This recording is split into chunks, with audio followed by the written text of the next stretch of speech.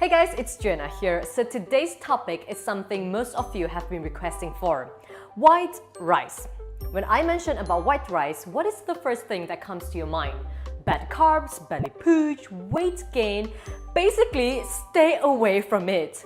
White rice is a staple food in the Asian diet. Just like in some other cultures where bread or potatoes are eaten on a daily basis, most Asians do eat white rice on a daily basis. Be sure to watch this video through because I want to let you know why I eat white rice and why it is okay to eat white rice. So, let's start with some common facts we tend to hear about brown rice versus white rice. Brown rice is low in glycemic index and white rice is high in GI. Brown rice is higher in fiber and protein in comparison to white rice. Brown rice takes much longer to digest compared to white rice. Brown rice is more nutrient-dense than white rice. So are all these facts true?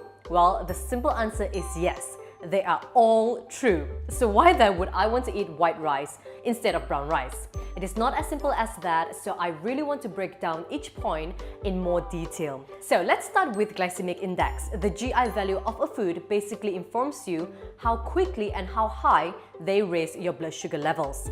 The higher the GI value of a food is, the quicker and higher it will raise your blood sugar levels. The lower the GI value is, the slower the food will be digested, and the lower it will raise your blood sugar levels. Low GI food is often linked to feeling fuller and weight loss. High GI food is often linked to feeling hungry very quickly and weight gain. So the glycemic index for 1 cup of white rice is 66, whereas brown rice stands at 55. So should we simply look at the GI value of a food and conclude whether or not this food is healthy for you? The answer is no. Here's an important fact. The GI value of a food is determined when it's eaten in isolation after an overnight fast. Chances are you will not be eating a huge bowl of white rice on its own first thing in the morning. In the Asian culture, white rice is often eaten in moderation together with lots of vegetables and also other healthy sources of protein. So the protein, fat and fiber in other foods will greatly reduce the GI of the entire meal, making the high GI of white rice irrelevant. So you will still feel full and satisfied. To simply put, when rice is eaten with other foods, whether or not it's brown or white rice, it becomes irrelevant. So the second argument is that brown rice is higher in fiber and protein compared to white rice. So here's a quick comparison between 1 cup of cooked brown rice and white rice. As you can see, there isn't a significant difference between the nutritional values. Yes, it is important to have fiber and protein as part of a balanced diet, but having brown rice will not significantly increase your fiber and protein intake unless if you were to eat a huge amount. So it's just irrelevant to think that having brown rice over white rice will contribute to your overall fiber and protein intake. You can still eat white rice and meet your daily requirements by adding lots of vegetables and healthy protein into the meal. For instance, 1 cup of cooked broccoli has 5.3 grams of fiber and raspberries has 8 grams of fiber. The next point is digestibility. So we have spoken about the speed of digestion and how it's almost the same. Now let's talk about your body's ability to digest a food.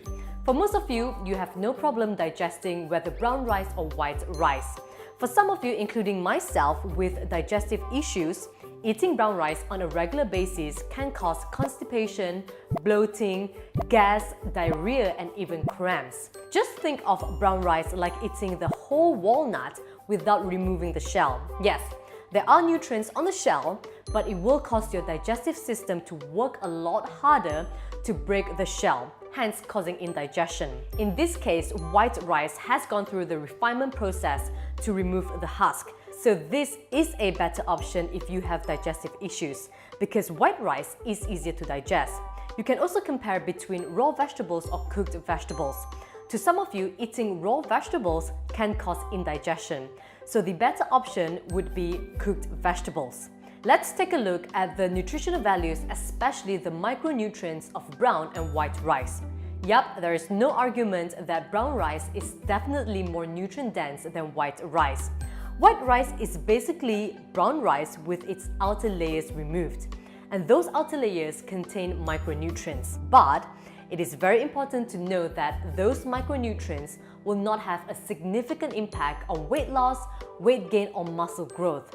It still comes down to your overall diet and also lifestyle. Nowadays, you can even opt for enriched white rice, which means they have added back some of the micronutrients lost during the refinement process. So the question is, which is better, white rice or brown rice? If you solely look at nutritional values, then of course brown rice is the winner. If you look at the price tag, white rice is way cheaper and it has a longer shelf life. If you link it to weight loss or weight gain, choosing between white rice or brown rice is just irrelevant. The bottom line is you can choose to eat either brown rice or white rice or mix them up. Choose the rice you prefer and that is good to your digestion. White rice should not get a bad rap. I enjoy both brown rice and white rice depending on where I am and what goes with my meal. And remember guys, the principle of an Asian diet is moderation. So you shouldn't be consuming a huge plate of rice and then complain about weight gain. Consume rice in moderation with lots of vegetables and also protein. And you can even rotate with other grains. So, which do you prefer, white or brown? Do let me know in the comments below. If you enjoyed this video, then be sure to give it a thumb up, share it, and do subscribe to my YouTube channel for new weekly videos. Do also watch the recipe videos right at the end. All the best!